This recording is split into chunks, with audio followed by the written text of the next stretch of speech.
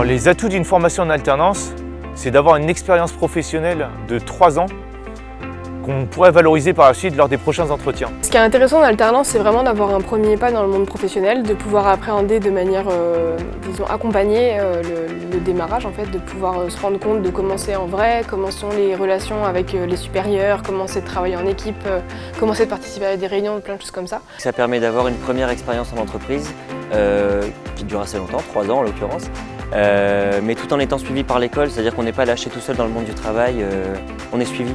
On est considéré comme un salarié à part entière, donc on a beaucoup plus vite, en tout cas à mon sens, des responsabilités. On va mettre en application tout le théorique en fait, qu'on apprend dans notre formation à Polytech dans mon cas.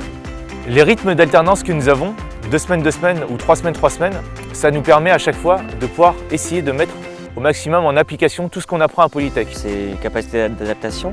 Le fait d'osciller un mois à l'entreprise, un mois à l'école, ça permet vraiment de à chaque fois changer de rythme et de développer cette capacité d'adaptation qui est importante dans le monde du travail. Je dirais que le lien principal entre la formation et les missions, il est technique. On a beaucoup d'apports techniques à l'école et théoriques qui sont importants en entreprise, qui nous permettent d'avoir une certaine posture, en tout cas sur les missions qui te sont confiées. C'est globalement cohérent entre ce que j'apprends à Polytech Lille et la formation.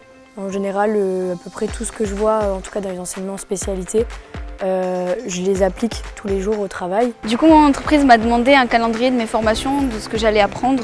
Donc en fait, ils ont décidé de m'orienter vers des missions qui allaient être le plus en cohérence en fait. Globalement, c'est assez suivi dans les deux sens. Polytech participe aussi au suivi de comment ça se passe en entreprise. On a un enseignant référent à Polytech qui vient nous voir sur site, je sais plus, il vient 3 fois par an, quelque chose comme ça.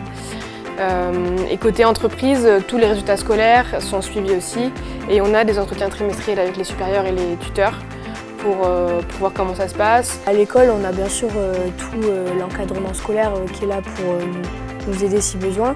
Et donc on a particulièrement un tuteur école attribué. Dans mon cas, c'est un PDG retraité.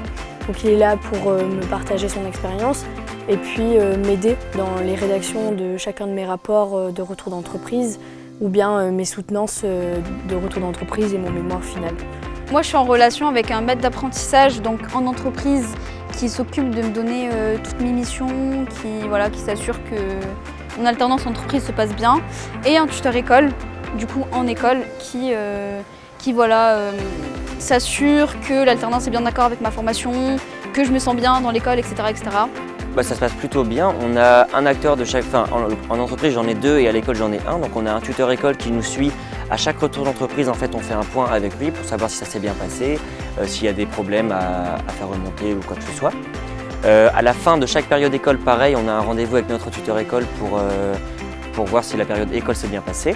Puis on revient à l'entreprise et là, c'est les maîtres d'apprentissage qui sont les référents en entreprise.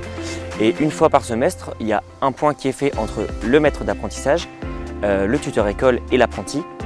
C'est un point qui se fait en général en entreprise, qui permet de discuter tous les 3 de cette articulation. Le démarrage peut être très compliqué puisqu'il faut savoir garder le lien entre les deux. Honnêtement, garder le lien de l'école quand on est en entreprise, moi je sais que c'était le plus compliqué pour moi. Continuer de travailler mes cours pendant que j'étais ici en entreprise et que globalement on a un peu moins de boulot quand on rentre chez nous, ça c'était le plus compliqué pour moi. Pour revenir sur cette capacité d'adaptation, du coup, c'est pas forcément facile de passer d'un mois à l'entreprise où c'est vraiment la vie professionnelle, quoi. Donc on fait notre journée et puis le soir, on n'a plus rien à faire, il n'y a pas de travail le soir pour le lendemain ou quoi que ce soit. Et puis de revenir après un mois à l'école où là, c'est plus pareil, on fait notre journée et puis après il y a encore du travail derrière pour préparer la journée du lendemain. Je pense que c'est cette adaptation-là qui peut être parfois un peu difficile à gérer. Des fois, le rythme il est un peu difficile à prendre. Pour ma part, le rythme une semaine, des fois, on a l'impression qu'on n'a pas le temps de faire ce qu'on doit faire. Et puis aussi, ce qui est difficile, je pense, c'est de décrocher quand on est à l'école, d'arriver à mettre de côté les mails du travail et ce genre de choses. Donc, je pense que dans l'ensemble, il faut arriver à changer je sais pas comment dire, mais... Le conseil que je peux donner pour pouvoir réussir, je pense, cette formation d'apprentissage, c'est ne pas trop se laisser aller quand on est en entreprise pour savoir revenir à la raison, entre guillemets, quand on revient à l'école. Je trouve que c'est une bonne idée, clairement. Faites de l'alternance, c'est très bien. Après, il faut être très conscient aussi des conséquences que ça a sur la vie d'un étudiant.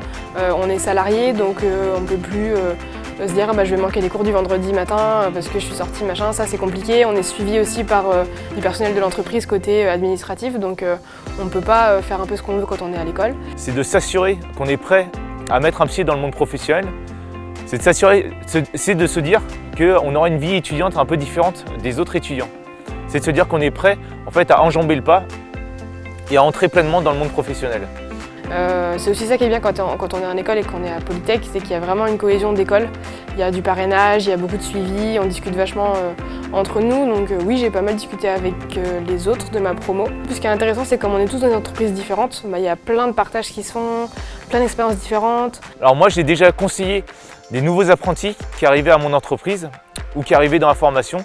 Et je pense qu'il est important pour des apprentis comme moi d'échanger avec les nouveaux arrivants pour les conseiller, pour bien leur démontrer tous les avantages et les inconvénients d'une formation en apprentissage pour qu'ils soient sûrs de leur choix et qu'ils ne regrettent pas par la suite.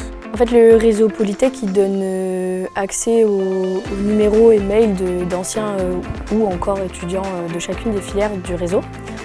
Et du coup, j'ai pu contacter un ancien de ma filière actuelle, donc production à Polytech Lille. Et ça m'a permis justement d'en savoir un peu plus sur la formation et je pense que ça m'a bien aidé à faire mon choix.